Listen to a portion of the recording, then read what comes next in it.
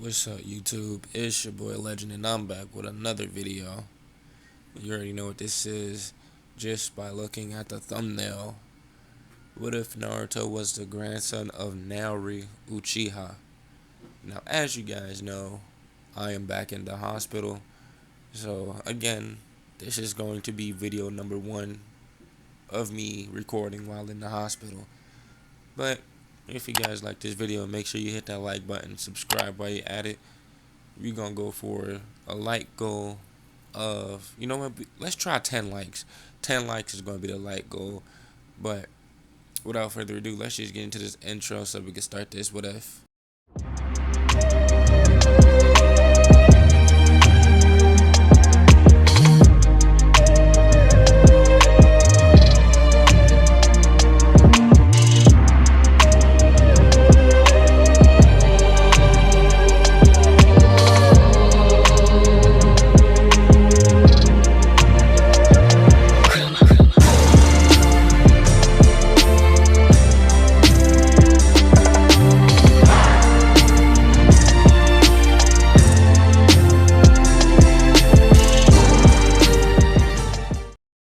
The sun had already begun its slow descent across the sky, casting long golden shadows across the thick trees and tangled underbrush of the fire country. Naruto Uchiha Namikaze, a lone boy of 13 with too many burdens for someone his age, trudged through the wilderness with stubborn resolve and bloody feet. He had been walking for over 3 hours. Every step took him farther from Konoha, from the village that had failed him, from the people who only remembered his existence when he was in danger. There was no chance in hell that he was going back. He wouldn't allow himself to. But despite his conviction, Naruto was lost. Not metaphorically, not in some vague emotional sense. He was physically lost. Undeniably lost in the great forest beyond the hidden leaf. The mistake had been simple. When he'd left, he'd been so overwhelmed by the need to leave that he didn't even think to use the damn map that he packed. He just picked a direction, clenched his fist, and started walking. Now, hours later, he was slowed down to a crawl, standing beneath the arch of a crooked tree, a map unfolded in his trembling hands. He stared at it with narrowed eyes, trying to make the winding trails and scattered symbols mean something, but the truth was, he didn't know where he was. He couldn't even find a river or a landmark to orient himself. Naruto cursed under his breath, rubbing a thumb across the corner of the map. Come on, come on. Where the hell am I? His voice was hoarse from hours of silence. Farther east, two silhouettes walked with calm purpose, their black cloaks adorned with red clouds, followed with every step. Uchiha Itachi, his long dark hair tied back in a low ponytail, eyes cool and unreadable, walked beside his towering partner, Kisame Hoshigaki. The latter's shark-like features and massive blade, Samihara, marked him as something monstrous. Both men exuded power, silence, and lethal intent. They were on their way to Konoha. Their target was the Jinchuriki of the Nine Tails, Mikoto Uzumaki Namikaze. Unaware of their approach, Naruto continued wandering. The map now hung loosely at his side, more frustrating than helpful. He had given up on it and chosen another direction at random. The forest around him thickened, but a faint dirt trail led him forward. Minutes later, he saw a crude wooden wall. It's not high, but enough to mark some kind of settlement. There was no gate, just an opening between sharpened logs. Naruto hesitated. The place looked rough, like it hadn't seen patrols in years. Tents dotted the clearing within, smoke curling from campfires and vague sound of drunken laughter echoed beyond the entrance. Still, he needed help. Just someone who could point him to the nearest landmark on his map. Cautiously, Naruto stepped inside. The camp stank of smoke, grease, and unwashed bodies. A few rough-looking men glanced his way, but didn't say anything. He moved deeper, eyes scanning for someone older, maybe a traveler or a merchant. Then it happened. The feeling hit him like a slap, a presence behind him, a shift in the air. Naruto ducked on instinct. A hand reached out just inches from snatching his shoulder. He flipped backwards, kunai drawn in midair, landing in a crouch as his black eyes snapped to the source. A stocky man with greasy hair and crooked teeth smirked down at him. "Hey guys," he called over his shoulder. "Come check this out." Footsteps, rustling, movement from every side. More men emerged from behind tents, some gripping rusted blades, others cracking their knuckles like a ritual. "What is it, Renji? Why are you calling all of us?" Renji grinned. "The Hokage's son just wandered into our camp. And the way I see it, our camp, our rules. So let's take his shit and send them along with a few bruises." Naruto didn't waste breath on a reply. He dropped his bag, raised his kunai, and activated his Sharingan. 3 tomos spun in each eye, burning with intensity. They lunged. Naruto moved like phantom. Steel clashed, bodies flew, fire erupted from his hands, scorching tents and igniting supplies. But there were too many. He took hits, a kick to the ribs, a punch to the jaw. Blood ran from his nose, staining his cheek. But he didn't fall. Minutes later, across the trees, Itachi paused. He tilted his head slightly.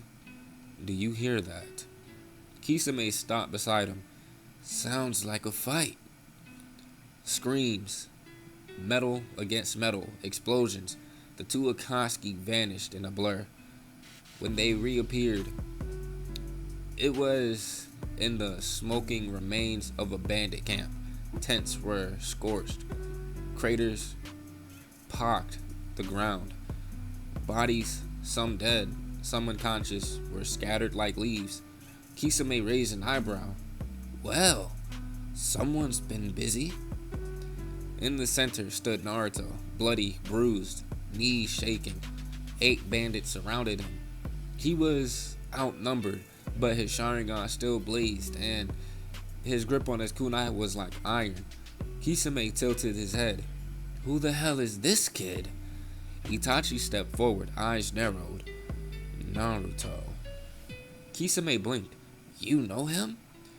"His mother raised me," Itachi said quietly. "That's Mikoto's son." Then in a flicker of motion, too fast for the eye to track, Itachi disappeared. 8 men dropped dead. Naruto stood alone again. He stared at the blood, and then up at the man who had saved him, Itachi Uchiha. Naruto didn't know whether to feel relief or fear. The flames from the last fire jutsu still smoldered in the distance, casting a weak orange glow across the corpses and unconscious bodies that littered the bandit camp. Smoke curled through the air like fingers reaching skyward. And in the dead center of the chaos, Naruto stood with a kunai gripped tightly in one hand.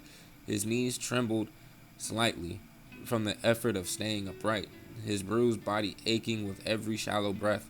Blood ran from his nose and the gash above his brow, dripping onto the dirt below. Then he heard footsteps, deliberate, unhurried.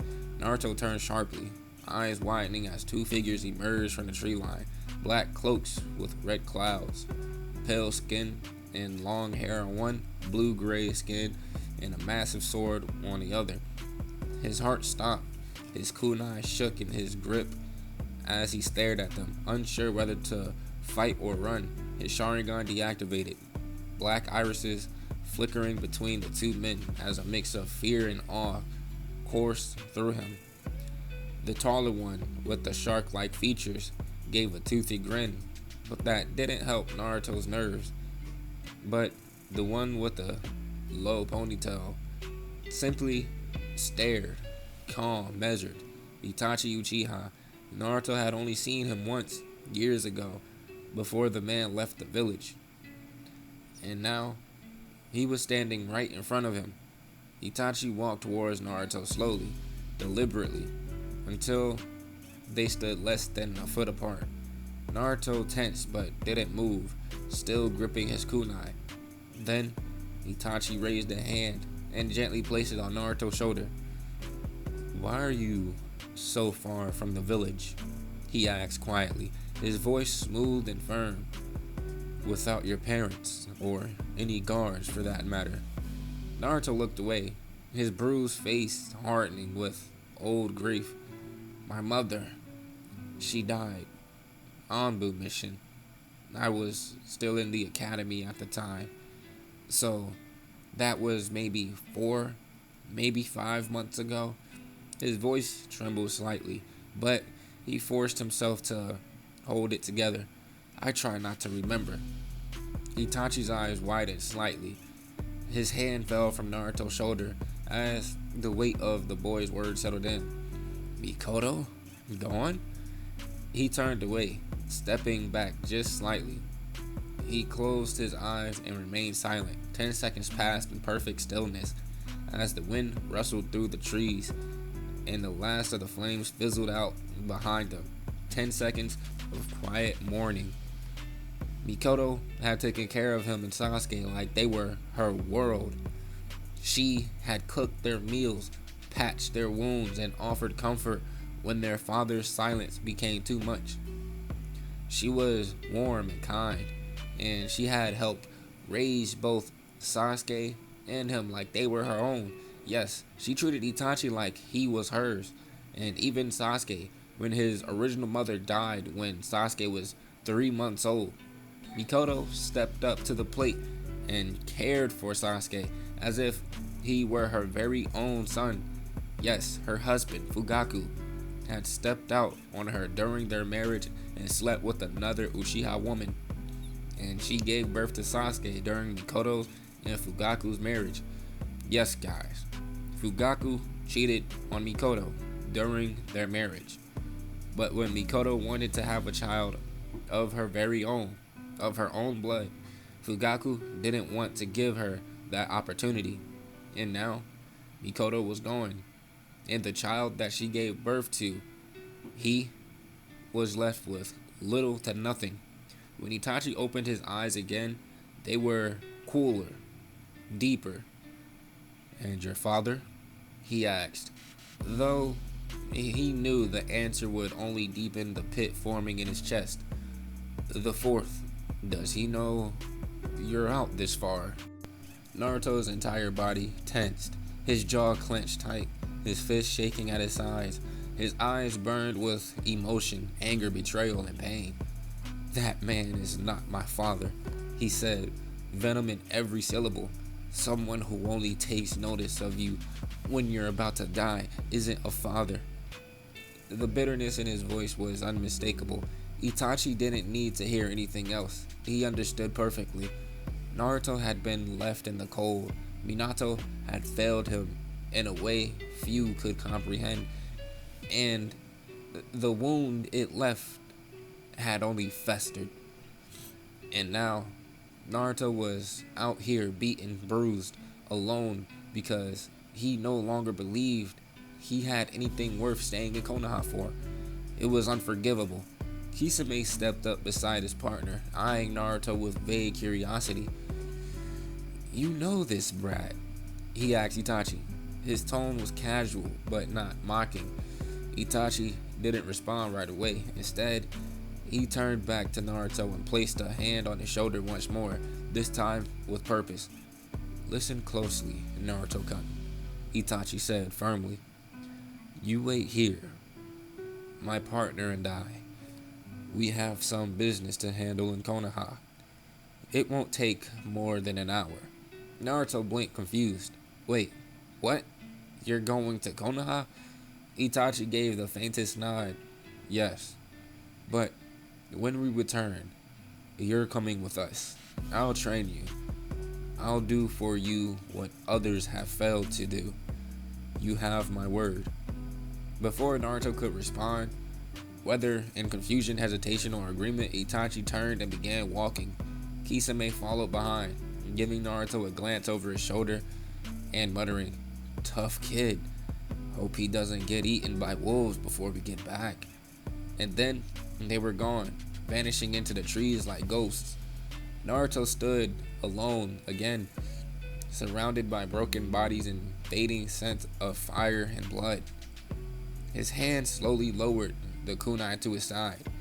His entire body trembled, not from fear, but from this belief. Itachi Uchiha, someone who had no reason to help him, had just acknowledged him, had seen him, had promised him something no one else ever had: hope. For the first time since he crossed the village wall, Naruto didn't feel completely alone. And for the first time in his life, someone had come back for him.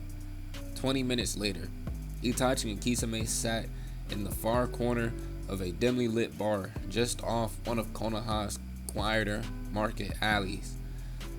The low murmur of conversations filled the room. The scent of cheap alcohol and grilled meat thick in the air.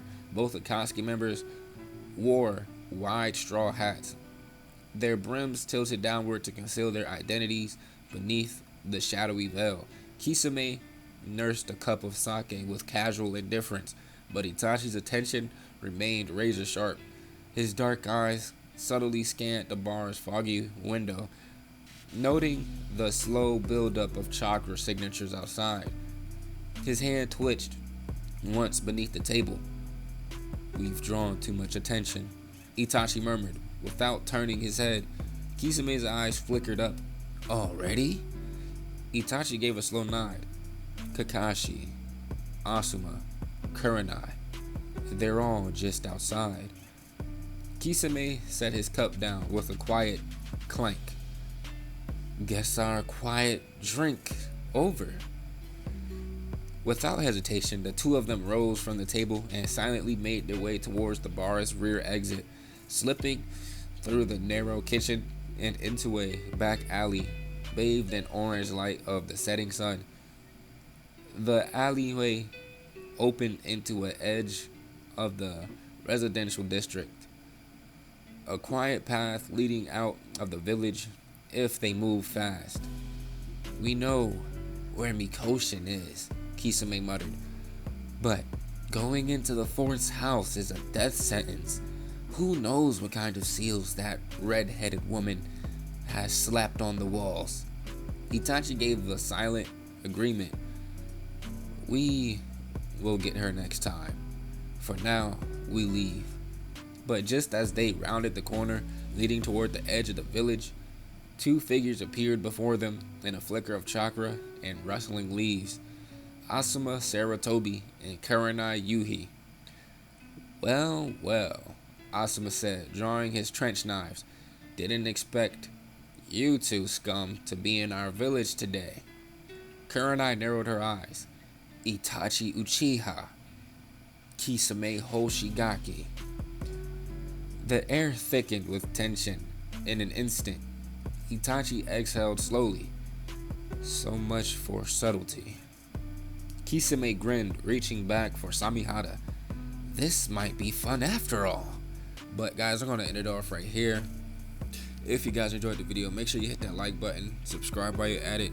But without further ado, I will see you guys in the next video. Stay blessed, y'all.